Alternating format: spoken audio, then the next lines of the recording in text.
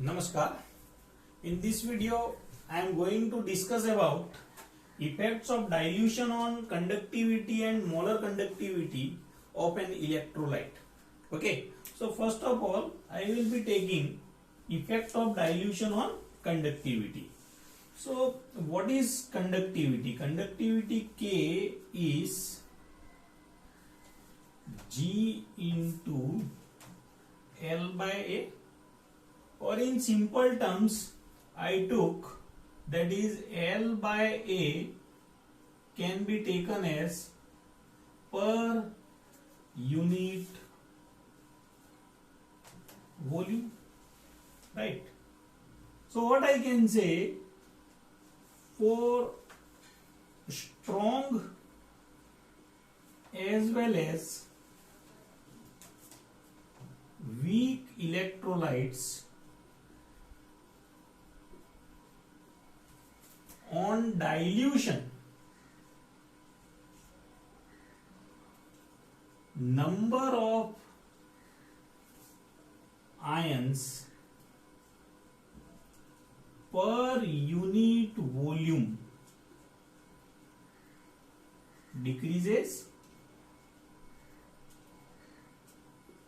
hence conductivity decreases.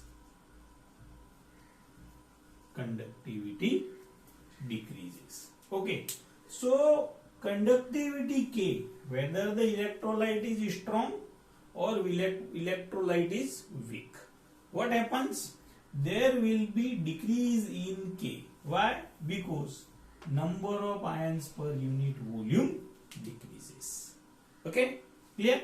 Now next we are taking, that is for this effect of dilution on molar conductivity.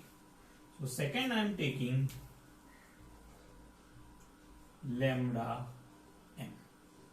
Okay, and for lambda m what I can say, lambda m for strong as well as weak electrolyte increases. Okay, lambda m for strong as well as weak electrolyte increases. How it increases? We come to factor G is equals to, not G, lambda m is equals to K into 1000 upon m. Okay, or it can be taken lambda m will be equals to what? K is your G into L by A, volume हो जाता हमारा.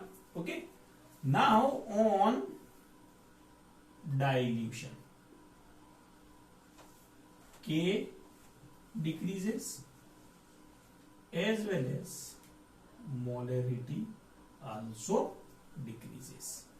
And see here, but decrease in K is less than decrease in M. So overall effect, lambda m increases. Okay.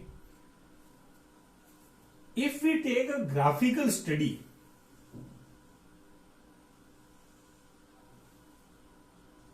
for effect of dilution for weak and strong electrolyte, say on x-axis I am taking square root of concentration and on y-axis I am taking lambda m. First of all, I will explain it for a strong electrolyte. And for strong electrolyte, this relationship is given by Debye-Huckel-Onsiger equation. That Debye-Huckel-Onsiger equation says lambda m is equals to lambda naught m minus a root C. Means when we dilute the solution, there will be increase in lambda m. This is for strong electrolyte.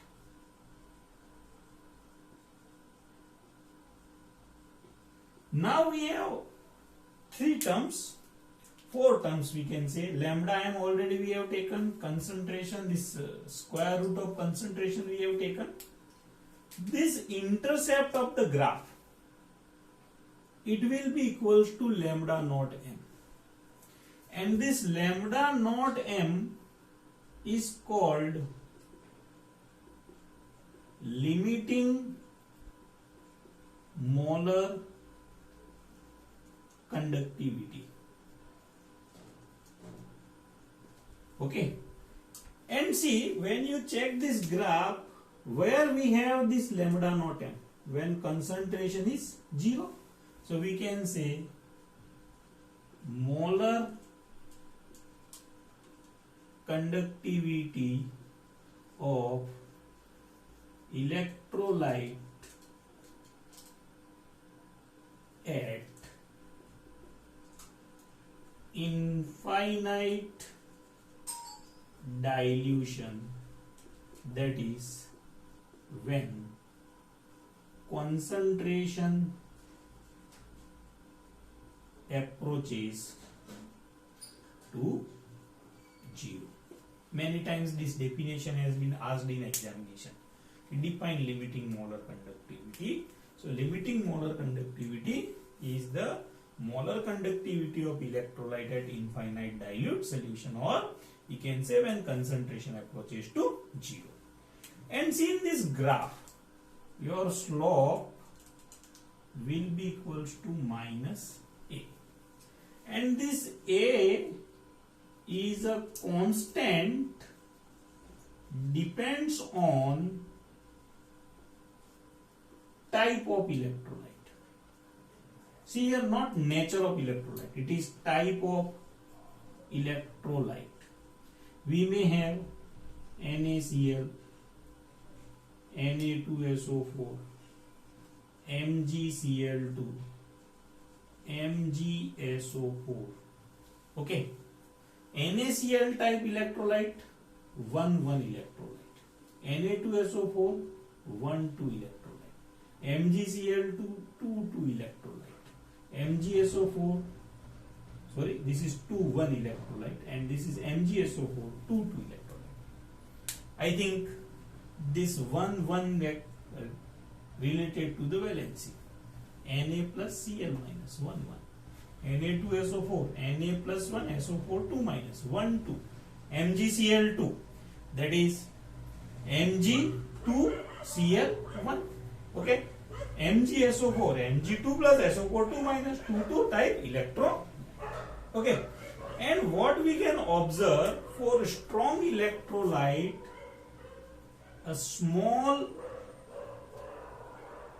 increase in lambda m is observed on dilution.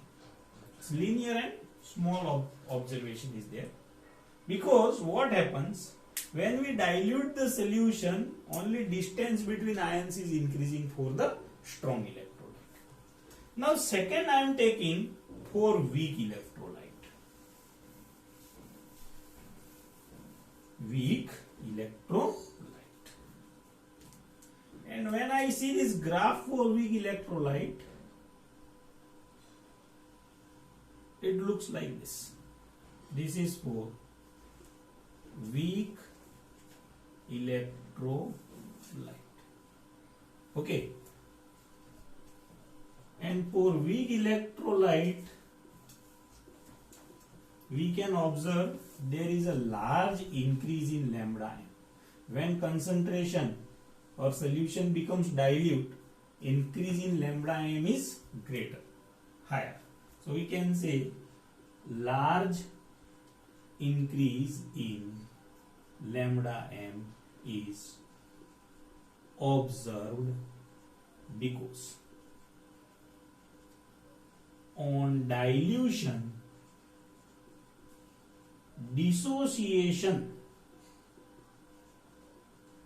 of weak electrolyte increases.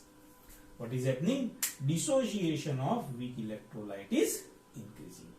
So this is effect of dilution on conductivity and molar conductivity. Whenever question is asked for molar conductivity, and if it is descriptive question, you should write these all concepts including graph. Right? Now we are coming to another point. Say if I want to determine limiting molar conductivity of weak electrolyte, and see for weak electrolyte, if I expand the graph, see I will never be reaching at 0 point. Means what I can say, lambda naught m of weak electrolyte can not be determined experimentally.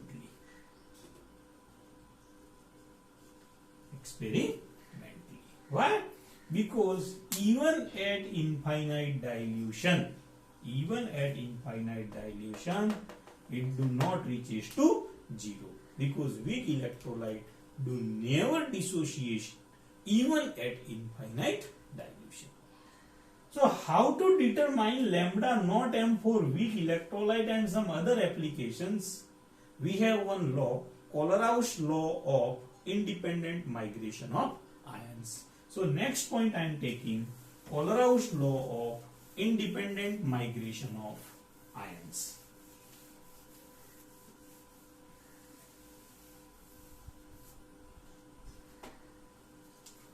So next point we have is Kohlrausch law of independent migration of ions. This law says that limiting molar conductivity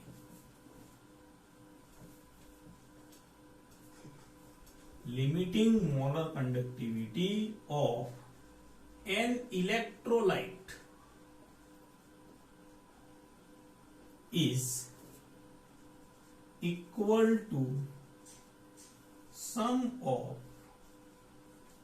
limiting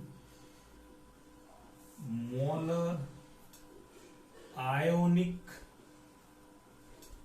conductivities of all the ions present in its one formula unit. Okay, yeah. So what I can say, suppose I am taking an electrolyte lambda naught m NaCl. So lambda naught m of NaCl will be equals to lambda naught Na plus lambda naught Cl minus. If I want to determine lambda naught m of MgCl2, then it will be equals to lambda naught Mg2 plus twice lambda naught Cl minus. How many ions are there? 2 Cl ions. That will be. So if I take lambda naught m AXBy, then it will be equals to x lambda naught A y plus y lambda naught B x minus. Okay. So this is your Kohlrausch law, that limiting molar conductivity of an electrolyte will be equal to sum of limiting molar ionic conductivities of all the ions present in its one formula unit. Okay. And see, each ion has its independent contribution. That's why it is called as Kohlrausch law of independent migration of ions. If I add this Mg2 plus with any other ion, its contribution will be fixed. If I add this Cl minus with any other cation, its contribution will be fixed. Right? Now, what are its applications?